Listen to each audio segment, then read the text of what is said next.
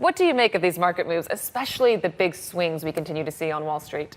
Well, I think the big swings are typical of behaviour after a big pullback that we saw last week into the start of this week. So, you know, you get volatility and then it oscillates and eventually it dies down. But most sell-offs are typically three waves. You get your first wave down, you have your relief rally that we've kind of been having in the last couple of days. And then I think we'll see markets sell off into the end of February, maybe early March, and probably make a new low, or certainly at least test the intraday low that they hit last Monday. Okay, so there's been a lot of debate out there, as you know, as to whether this is a healthy correction, a technical correction, or the rumblings of an earthquake. I think we even heard one person suggest. It seems to me you're somewhere in the middle. Well, I would say it's the beginning of the withdrawal of liquidity. I mean, liquidity, this bull market since 2009 has been about massive amounts of liquidity.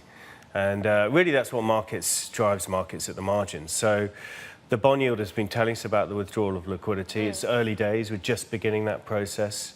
The wage inflation data was interesting in that respect.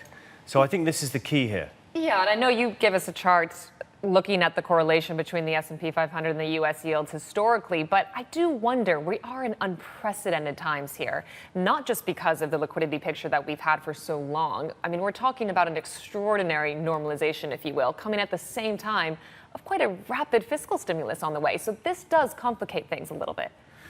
Well, it doesn't, but I mean, it's a bit like the late 60s. I mean, the economy was very strong, it had a lot of stimulus, and then towards the end of the cycle, you had big fiscal stimulus as the Vietnamese War got going. So there are parallels, and it's not totally unprecedented. I mean, what is unprecedented is the amount of QE we've had, and the way central banks have expanded their balance sheet, and of course the valuations we have as a result. But no, I think markets are doing what they should do. You actually want to own markets when growth is soggy. And so liquidity remains plentiful. You don't necessarily want to be so gung-ho when liquidity starts to tighten because growth is strengthening.